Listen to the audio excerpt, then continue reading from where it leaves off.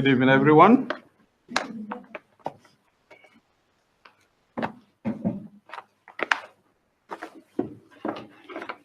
These days, one form of communication which many people have chosen is through these social networking, more especially on WhatsApp. There are a lot of things that are posted on WhatsApp. Some are very interesting. Some too, when you either watch or listen, you don't have a clue what people are talking about. Not long ago, I received a WhatsApp video sent to me by a friend.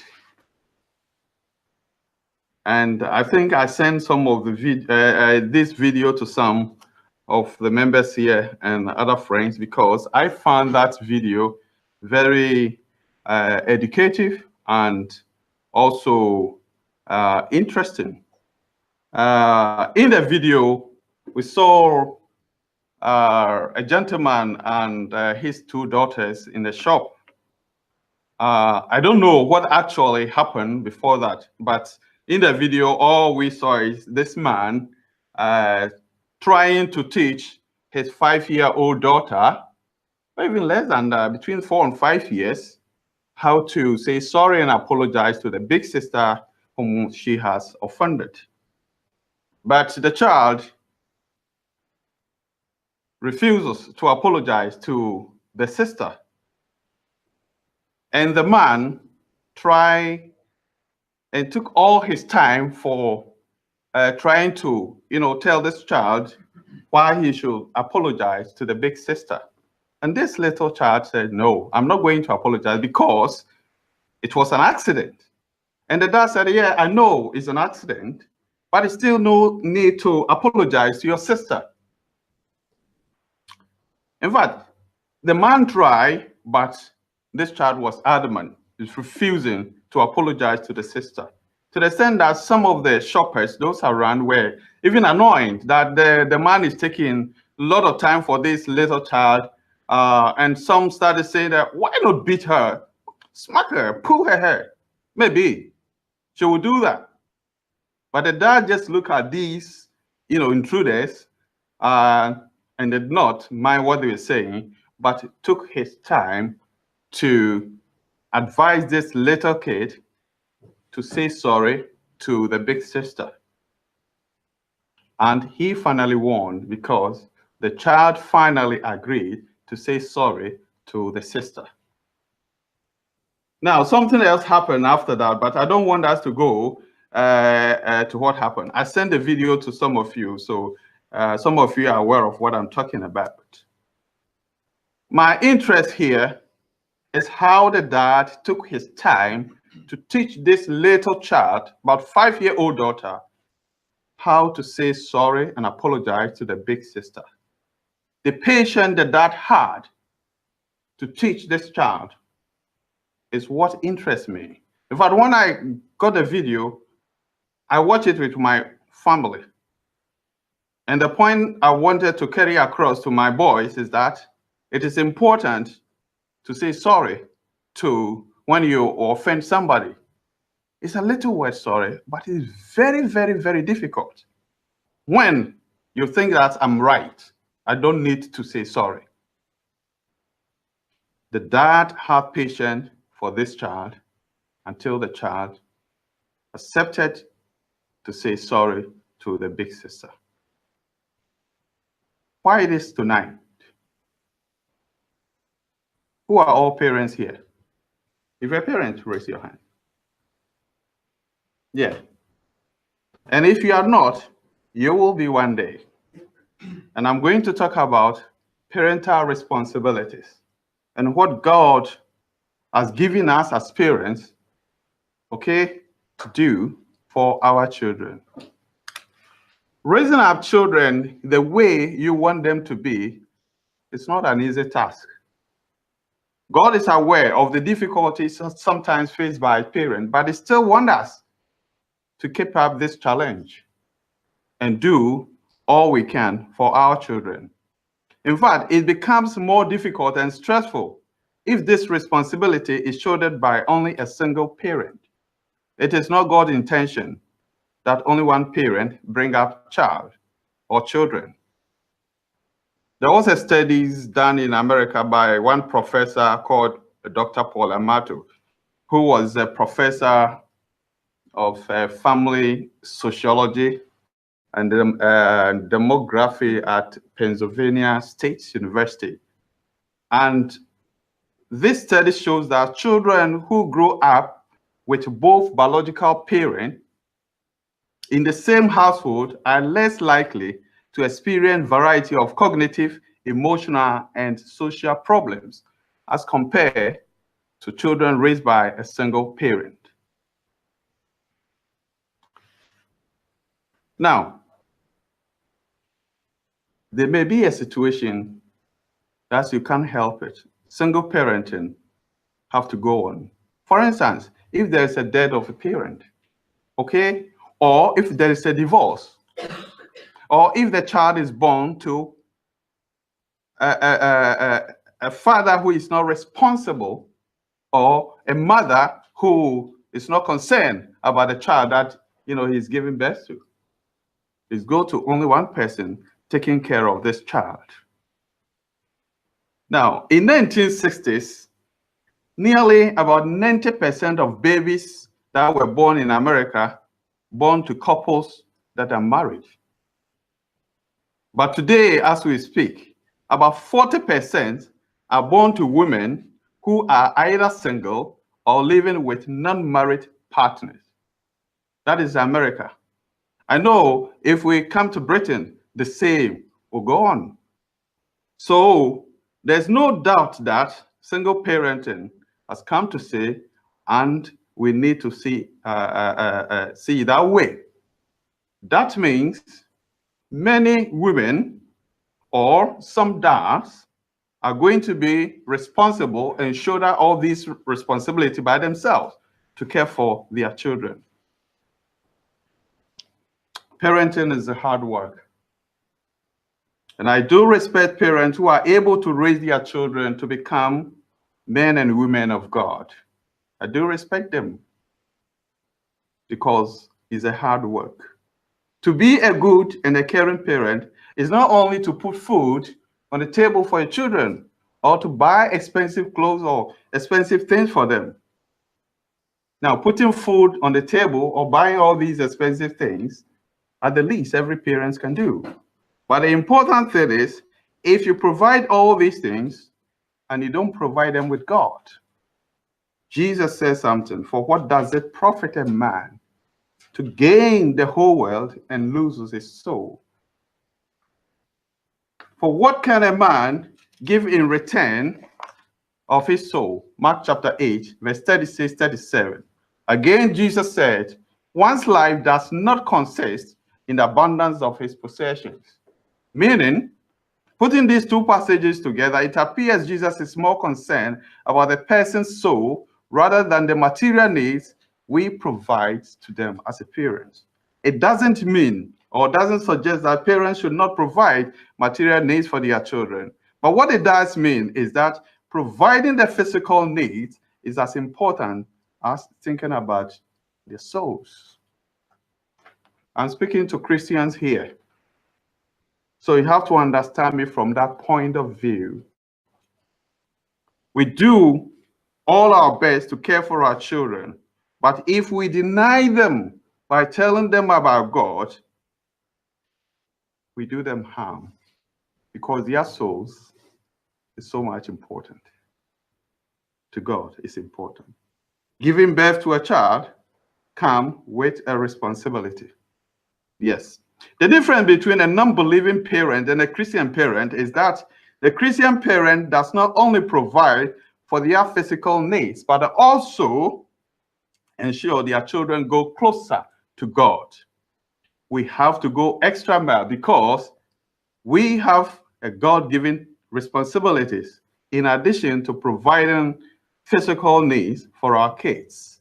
These responsibilities, if we implement it carefully, will have positive impact on the upbringing of our children. For Christian parents, God expects us to do more. As long as our children live under our roof, God expects us to care, to train, to guide, and to direct them in the way they should go, regardless of their age, so that when they are old, they will not depart from it. Proverbs 22:6. They can be 1 year, 12 years, 21 years. If they are still under your roof, God expects you as a parent, be a single parent or a couple, God expects you to bring them in a godly way. Living your godly responsibility can be dangerous. I never thought of this, the seriousness of this, until I started considering certain passages. I think this morning, Adam quoted some of these passages. I need to reaffirm it here. Now, the first passage I want us as parents to consider is 1 Timothy chapter 5, verse 8, which says, if anyone does not take care of his own relative, especially his immediate family, he has denied the faith and is worse than an unbeliever. And is worse than an unbeliever. Underline that in your heart. If you cannot provide for your own relative, especially immediate family, God sees you as an unbeliever.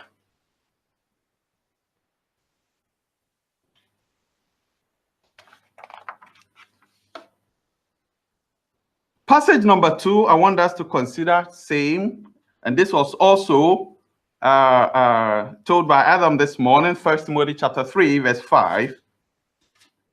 I quote, if a man cannot manage his own household, how can he take care of God's church? Unquote. Though this is in reference to the elders' qualification, it is every Christian responsibility to ensure that he or she manages his own household so that he or she can be relied upon in times of need. To be a time that maybe the church needs you to do something.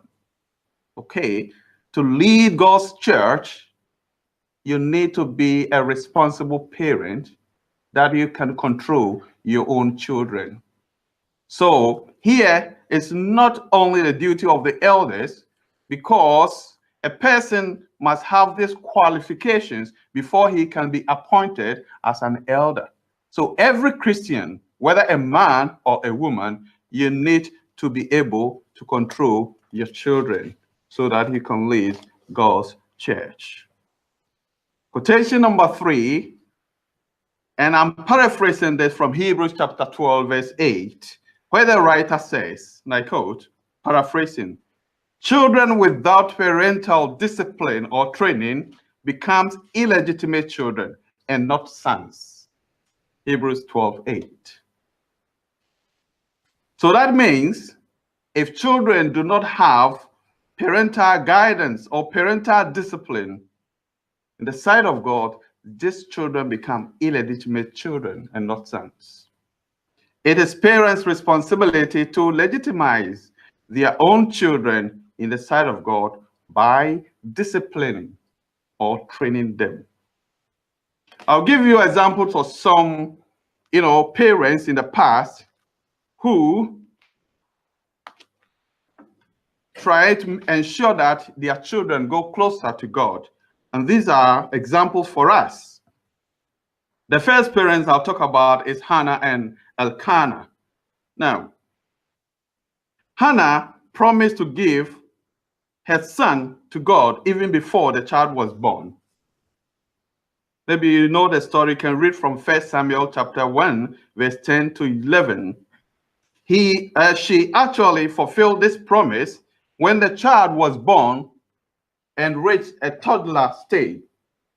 Hannah sent this child to the temple or the house of God to stay there as she promised or she vowed to God.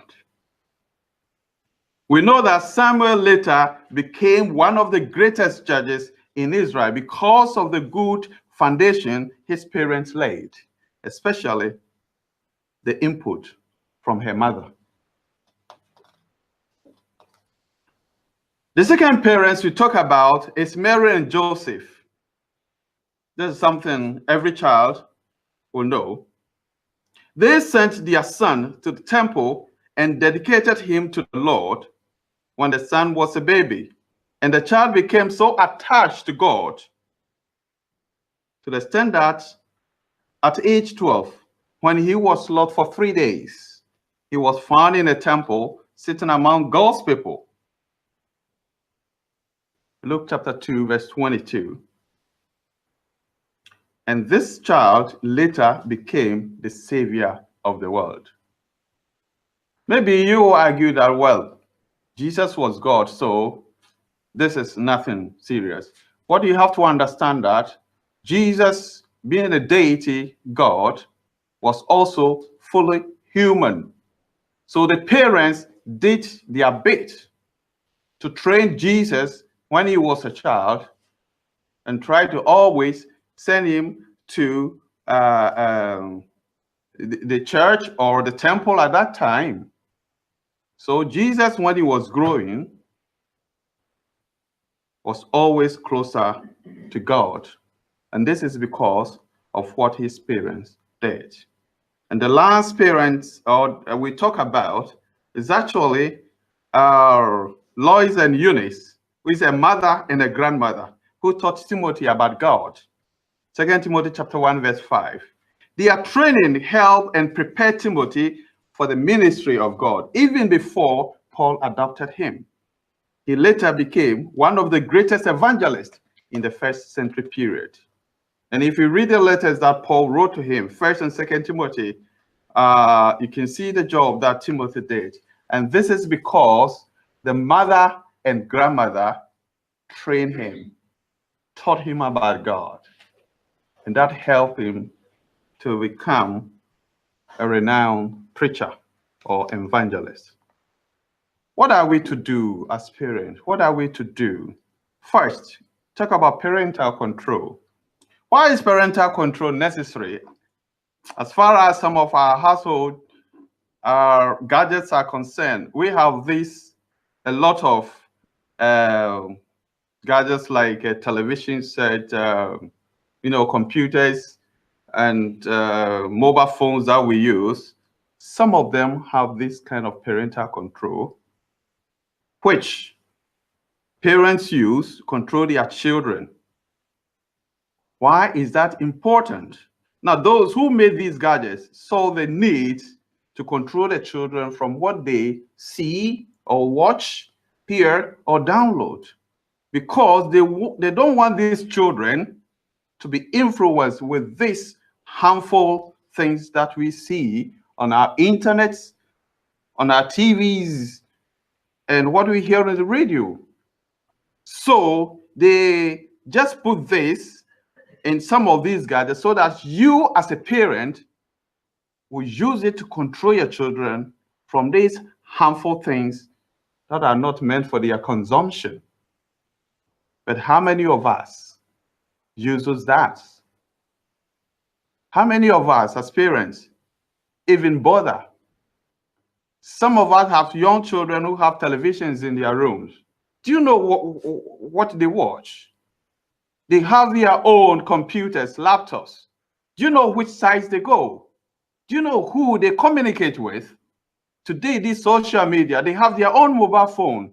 They can chat with anybody. Do you know who they chat with? Do we care who is influencing our children? Parents, we have a responsibility to control, because there are a lot of things that are not good for children. Some of these are these kind of movies that have strong languages and, sexual scenes, violence, gambling, drugs, pornography, and a lot of things that are harmful for our kids. That is why it's important we have to control our children. But we are guilty, including myself, because I don't know all the sides that my children, go and who they chat with. And some of these children are now on the street doing a lot of harmful things because of the influence they get from all these social media. Two is parental care. The basic care for every parent, their children, is to feed, clothe, protect, and to defend them. If one cannot provide these basic needs for a child, then he or she is not ready to be a parent. He does not qualify to be a parent. These days, there are many young people in this generation who rush into become teenage parents. Not planned though. Moreover, they do not have a clue what parental responsibilities are. I will advise all parents to discourage especially their teenage children from engaging in this early relationship, which push them into sex before marriage, unwanted pregnancies, which lead them to abortion or becoming premature parents. 3 is parental training or teaching. A quote from Deuteronomy chapter 6, verse 6. These words that I command you today shall be on your heart, and you shall teach them diligently to your children. And this is what God told Moses to let Israel know. Now, combining this quote to what we know from Proverbs 22:6, train a child or train up your child the way he should go, even when he is old, he will not depart from it. God expects us as parents to ensure that both physical and spiritual needs is provided to these children. Therefore, apart from ensuring that your children get closer to God, parents are also to train, to guide, to teach them everything that will shape their future, to make them useful to their own future family, their community, and be good citizens to their country. Training them to assist in all household activities such as cooking, cleaning, ironing, etc., and also training them to speak and to be polite to other people is for their own benefit. In fact, if you deny your child from doing all these household things like cleaning, now you are denying her or him a big thing, because in future, this is what he's going to do. And as parents, it is our responsibility to train them. I mean, they reach an age, they become lazy. They don't want to do anything. Even their own room, they don't want to clean it. But you have to ensure that they do it, because a time will come, they will leave you and form their own family. If they haven't got any training like that, what do you think will happen? That is why these days, so many marriages break up just in a month. You see them, they do exchange this kind of vows, okay, by 1 month. Why? Because the girl cannot cope, the man cannot cope. Even how to clean the room, nobody want to show that responsibility. They were not trained to do that. So we have to do as a parent to train them. It's a godly responsibility. 4 is parental guidance. It is very important to guide your children using the word of God these days. This is because the whole upbringing of our children in this generation is influenced greatly by peer pressure, social media, internet, television, ungodly society, and ungodly leaders we have in our country. These are the forces that control our children. In Judges chapter 17, verse 6, in those days, there were no king in Israel. Everyone did what was right in his own eyes. Today, there's no fear of God in our societies, and everyone is doing what he feels is right in his own eyes. Now, same-sex marriage has become acceptable in our law books. Nothing is seen wrong about this kind of boy and girl relationship that are unhealthy. And even sometimes it's creeping into our churches, which is dangerous. And parents, we have to talk to our children.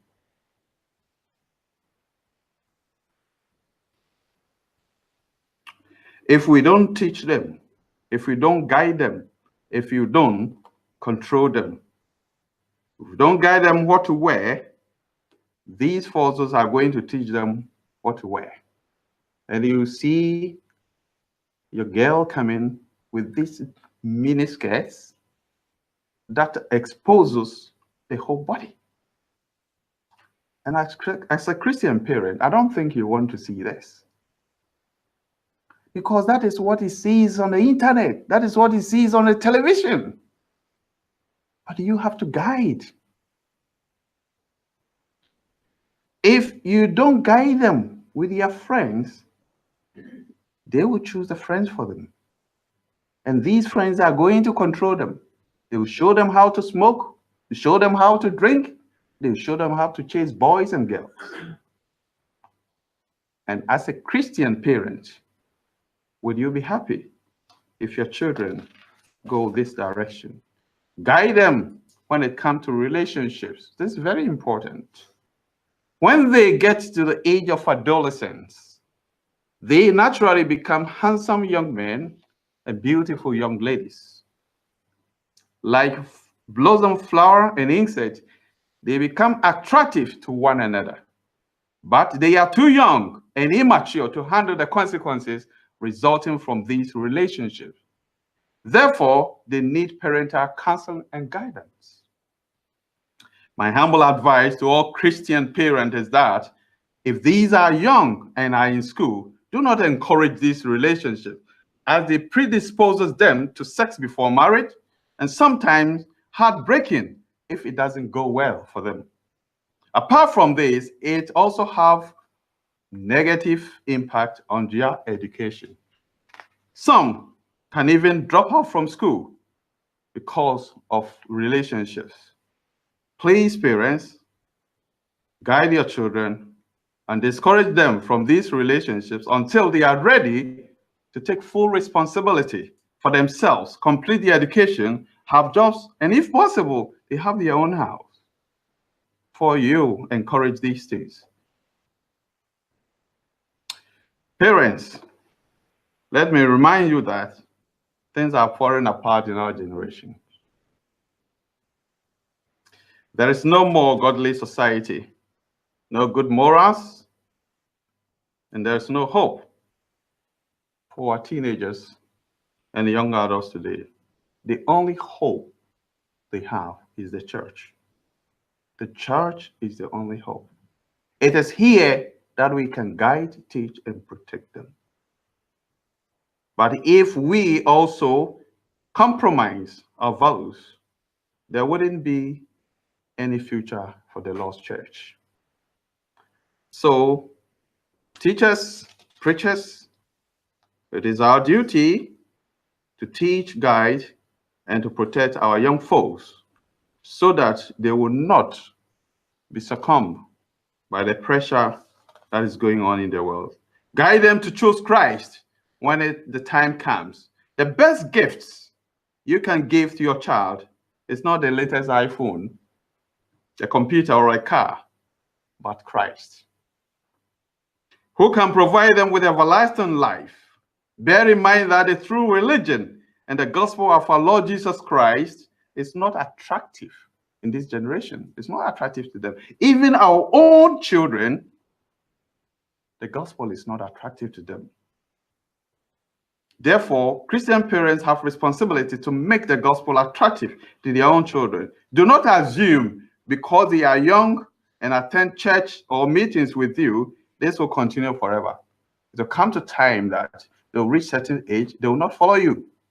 What they need from you, when they come to the age of decision, please sit them down, teach them as you carry the Bible to somebody's house to teach the person. Your own children, you need to sit them down, teach them about Christ, about his church, and the need to become a Christian. If you fail to do that, and you are thinking that, oh, he's been with me since he was born and going to do that, no way. Paul says it's the gospel that can save. If we deny them the gospel, you fail.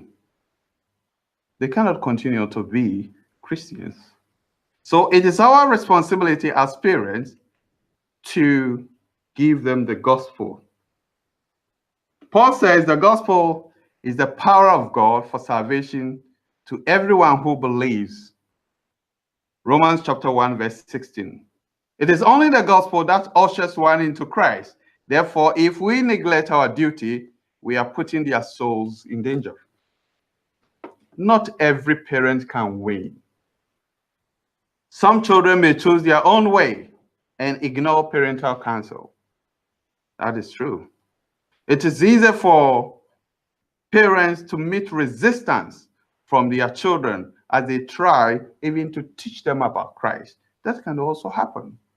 But do not feel guilty if this happens, as not everyone will accept Christ in life. John says, and I quote from John chapter 1, verse 11, he came to that which is his own, but his own did not receive him. Christ, his own people, did not receive him. And this morning, Adam quoted this. As if some of this quotation, Adam stole it from me, or me stole it from Adam. Anyway. And then, John chapter 7, verse 5 says, for even his own brothers did not believe in him. So it will come to time that there will be tug of war between parents and their children, especially when they get to this teenage or young adults. You understand? You can get that kind of friction, and they will not, accept things from you. Don't worry at all. The important thing is you have told them, and they have chosen to live their own life. God will not hold you accountable for that. But what you have to feel guilty about is if you fail to tell them about Christ, then you have to be guilty. Because remember in 1 Samuel chapter 1, verse 22-36, Eli has two children who were very bad children. Do you know what? God punished these two children, but Eli did not go scot-free because he failed to discipline his children. So parents, it's our responsibility that God has given us this godly responsibility. We need to use them and help our children. And to come to an end, I will assure all of you, as we have in Ghanaian language, it is bent, but it's not broken.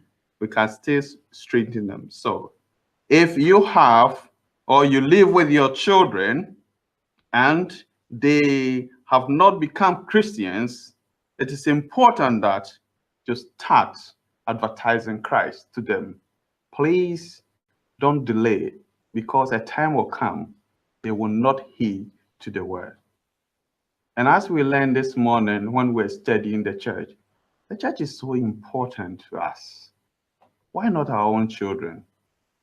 Sometimes you hear some parents can go and say, we are going to evangelism, to evangelize people, whereas his own family sitting there, as if they don't also need it.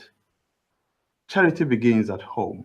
We need to start from our home so that our family can become Christians. Thank you very much. And I hope this will help us as we strive to serve Christ. We will also ensure that our children also come to know God. God bless you all. Amen.